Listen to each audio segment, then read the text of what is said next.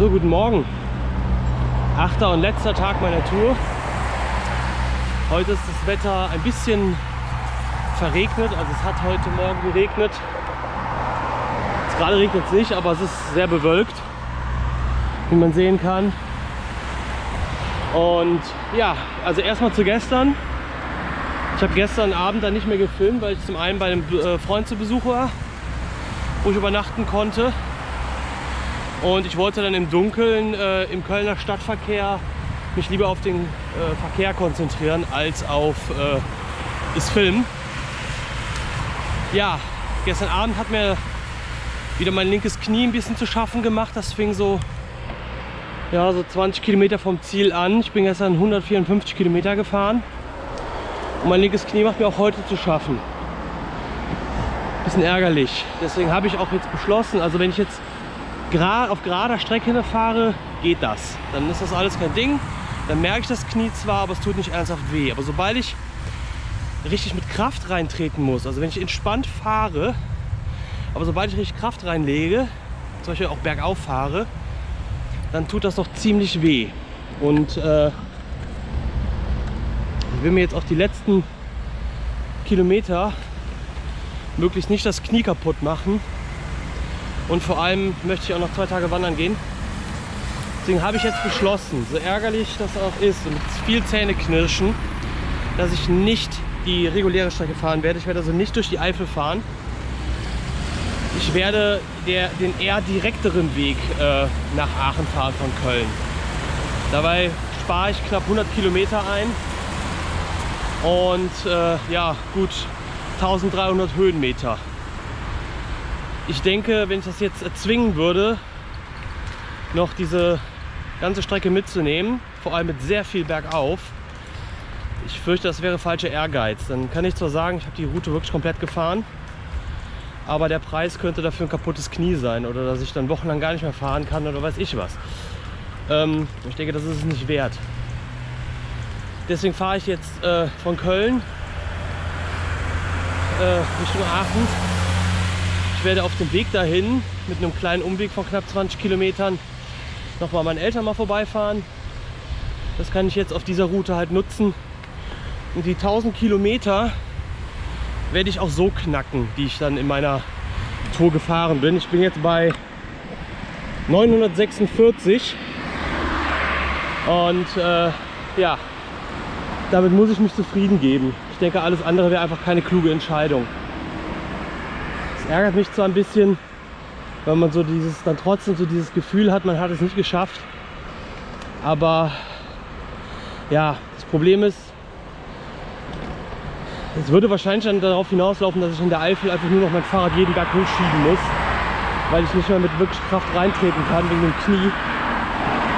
Und das ist auch nicht im Sinne des Erfinders. Ich kenne die Route, die ich da fahren werde, die bin ich schon mal gefahren mit meinem Mountainbike damals. Und ja, die ist durchaus sehr anspruchsvoll, also da geht es wirklich sehr viel, sehr steil und teilweise auch sehr langgezogen bergauf. Und von daher ja, muss ich in den sauren Apfel beißen. Aber ich denke, es ist einfach die vernünftigere Entscheidung. Mal gucken, ich werde auch heute vielleicht nicht ganz so viel filmen, weil wenn ich nicht gerade auf dem Fahrrad sitze oder mit einer Hand wie jetzt gerade, dann merke ich mein Knie auch sehr. Und da ich wie gesagt noch ein paar Tage wandern gehen möchte, möchte ich jetzt mein Knie so gut wie geht schonen. Aber ich versuche trotzdem noch ein bisschen zu filmen. Und ja, ich werde nachher noch ein bisschen so mein Fazit zu der Reise abgeben. Ich wollte ja eigentlich auch noch ein Video gemacht haben zu meiner Ausrüstung. Muss ich mal gucken, wann ich das mache. Das mache ich vielleicht auch nachher noch irgendwann, wenn vielleicht die Sonne rauskommt. Es soll nachher besseres Wetter werden. So 20 Grad sollen es werden. Regnen sollte nur heute Vormittag. Naja, wir lassen uns mal überraschen. Jetzt geht es erstmal weiter. Ich fahre jetzt nämlich hier Richtung Königsdorf und da geht es auch ordentlich den Berg hoch. Und ich fürchte, dass ich das schieben werden muss.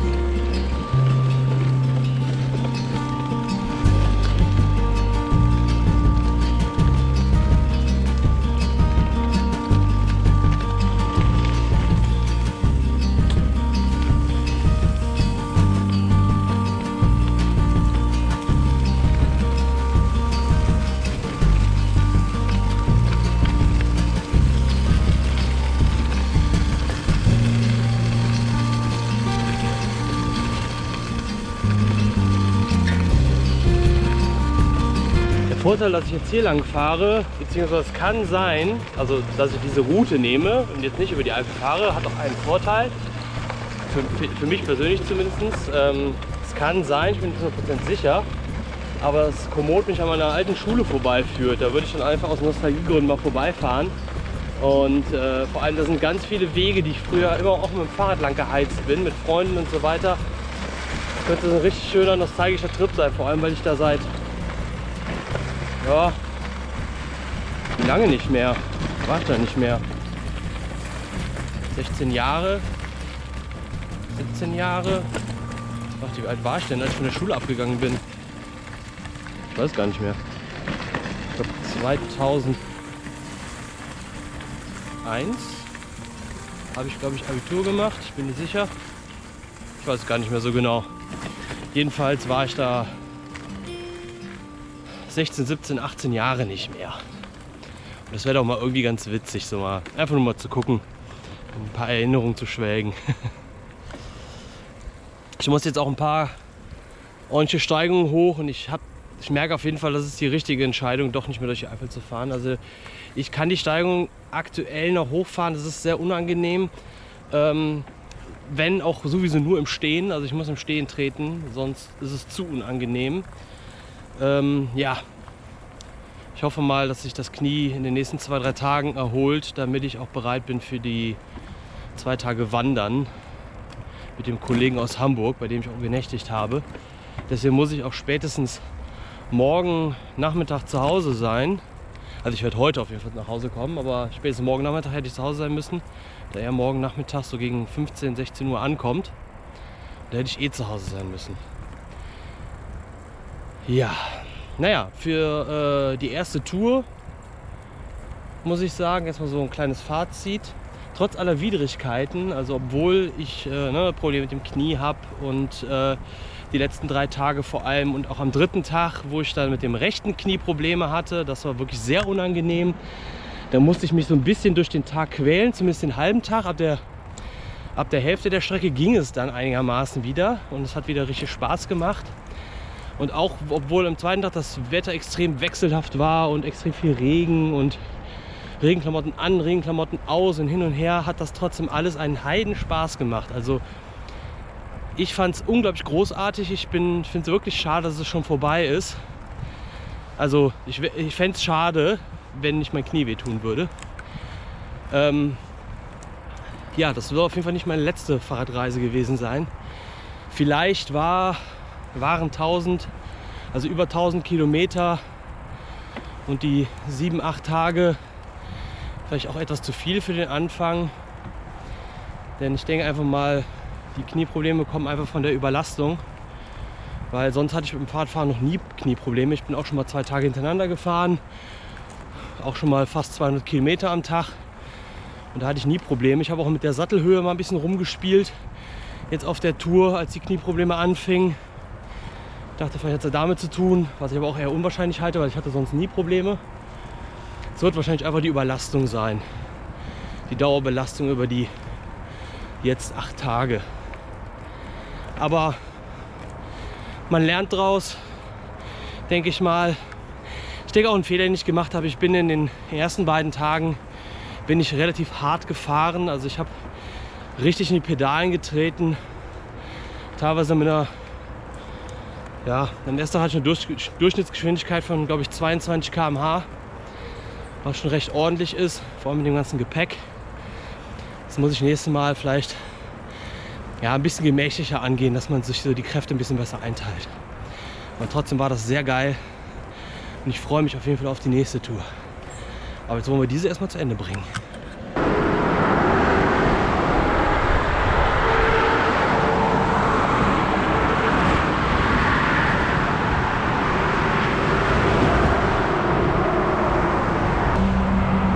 Ich finde das auch immer super in Deutschland, diese ganzen Schilder mit Radwegschäden.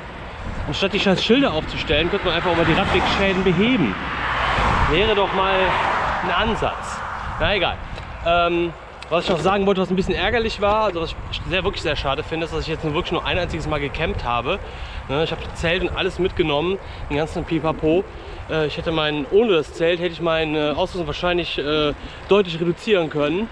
Aber ja, ist irgendwie doof gelaufen. Entweder waren die Zeltplätze von der Lage total scheiße, sodass ich entweder riesen Umwege hätte fahren müssen oder viel zu früh hätte aufhören müssen mit der Tagesetappe. Oder eben, ich konnte da niemanden erreichen. Und ich bin jetzt kein Fan von Wildcampen. Und ja, das liegt vielleicht auch einfach daran, ich weiß gar nicht, warum ich was gegen Wildcampen habe. Also das heißt, ich habe was dagegen. Ich mache es nur nicht gerne, aber es liegt vielleicht auch einfach daran, dass ich es in meinem Leben, glaube ich, nur ein- oder zweimal gemacht habe, als ich so 16, 17, 18 war oder so. Wahrscheinlich muss ich es einfach nur mal öfters mal machen, um mich dann zu gewöhnen. Ich weiß gar nicht, warum ich da eine Abneigung dagegen habe. Ich weiß, ja, bla, man darf es nicht, aber das ist mir ehrlich gesagt Wumpe. Ich finde die Regelung total Banane. Aber davon mal abgesehen, ja, das ist ein bisschen schade. So, dieses Zeltfeeling ist nämlich schon eigentlich ganz cool. Das werde ich versuchen bei der nächsten Tour auf jeden Fall zu optimieren. Ist dieses Mal einfach blöd gelaufen. Und ja, ist halt blöd, warum man das ging aber die ganze Zeit so, dass man bei den Campingplätzen irgendwie nie jemand erreicht. Ich verstehe nicht, warum da nie jemand ans Telefon geht. Ich wollte mich einfach nicht darauf verlassen. Nachher gibt es den Zeltplatz gar nicht, weil öfter sieht man in Google ja mal noch irgendwelche Sachen, die gar nicht mehr existieren. Oder der Zeltplatz ist geschlossen oder es gibt keinen Platz für mich. Letzteres halte ich für sehr unwahrscheinlich, weil Zelte kriegen sie meistens ja irgendwie immer unter. Aber naja, beim nächsten Mal muss das besser werden. Aber man lernt ja. Das war ja auch meine erste Tour. Erstaunlich wiederum finde ich, muss ich sagen, was mir sehr gut gefallen hat, Moment, ich muss mir an der Nase kratzen. Was mir sehr gut gefallen hat, ist die Tatsache, dass ich auf dieser Tour unglaublich entspannen konnte. Also jetzt vielleicht nicht körperlich, aber so vom Kopf her. Und ich den Kopf unglaublich frei bekommen habe. Ich bin eigentlich jemand, ich grübel viel, denke immer über irgendwas nach, denke über viele Dinge nach, über Probleme, die gelöst werden müssen oder andere Probleme, die man so im Leben, im Alltag hat oder Verpflichtungen, die man hat und so weiter. Ich denke da immer viel drüber nach. Und ja, das war jetzt über diese gesamte Tour überhaupt nicht so. Also ich konnte einfach die gesamte Tour über einfach mal den Kopf ausschalten, über nichts nachdenken, wirklich einfach nur an die Tour selber denken, die Umgebung genießen und einfach das draußen sein und die Challenge an sich, also diese Tour zu meistern, zu genießen. Klasse, fand ich total super. Und das ist auch einer der Gründe, warum ich sage, das muss ich unbedingt nochmal machen. Also ein Kollege von mir, bei dem ich in Köln übernachtet habe, der will das nächste Mal mitkommen. Ja, das wird wahrscheinlich dieses Jahr nichts mehr werden, aber nächstes Jahr werde ich wahrscheinlich nochmal eine schöne Tour machen. Ich freue mich jetzt schon drauf.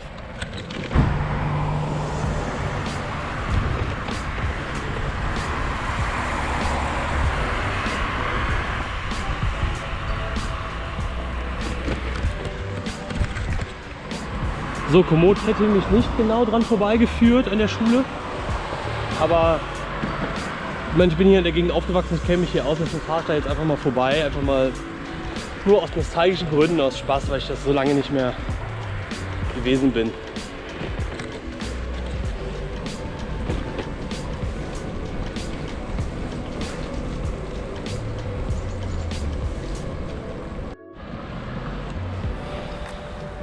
Ja, das ist meine alte Schule.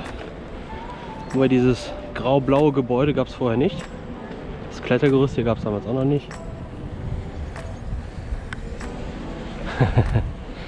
Ist schon irgendwie lustig, das nochmal zu sehen. Da werden Erinnerungen wach.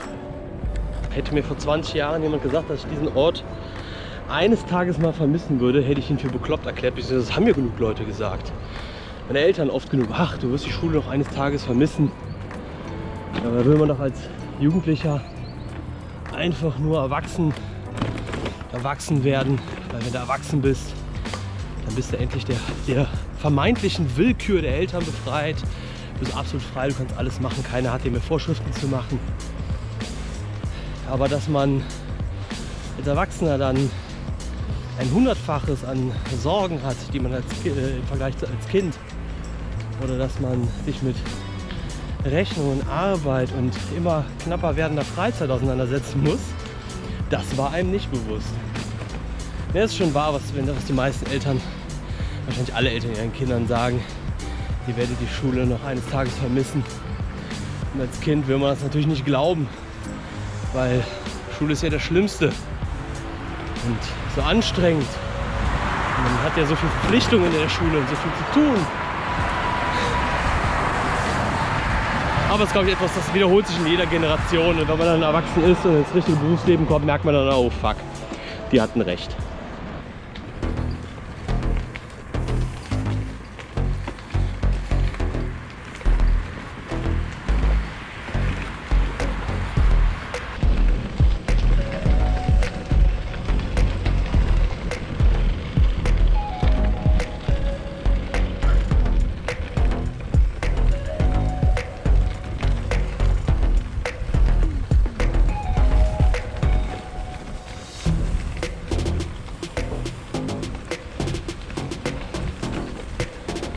So, ich habe gerade meine Eltern besucht und bin jetzt weiter auf dem Weg nach Aachen. Beziehungsweise eigentlich Würselen, weil da wohne ich, aber das grenzt direkt an Aachen. Ja, es sind noch knapp 50 Kilometer. Weiter geht's.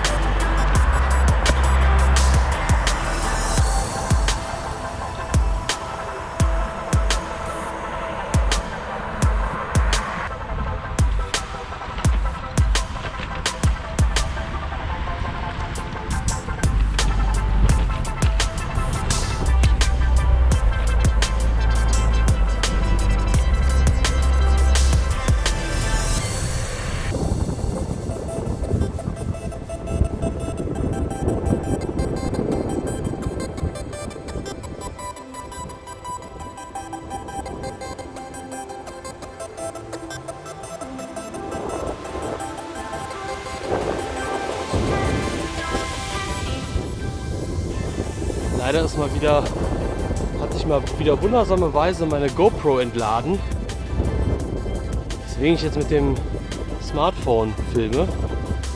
Jetzt weiß ich noch nicht, wie das mit dem Ton ist und mit dem Wind. Aber hoffen wir mal das Beste.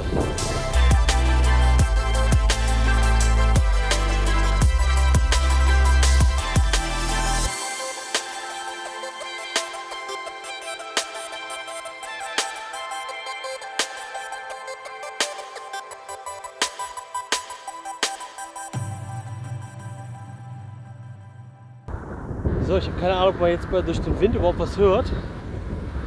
Ich habe noch so gute 20 Kilometer vor mir, dann bin ich zu Hause. Die 1000 Kilometer habe ich in 7 Kilometern geknackt. Das heißt, in dem Punkt bin ich zumindest soweit zufrieden. Auch wenn ich nicht die komplette Route gefahren bin. Aber mein linkes Knie tut aktuell wirklich sehr weh. Und ich glaube, es war die richtige Entscheidung, hier den etwas direkteren, etwas kürzeren und vor allem flacheren Weg zu wählen. Das heißt, in dem Punkt will ich mich dann also mal nicht beklagen.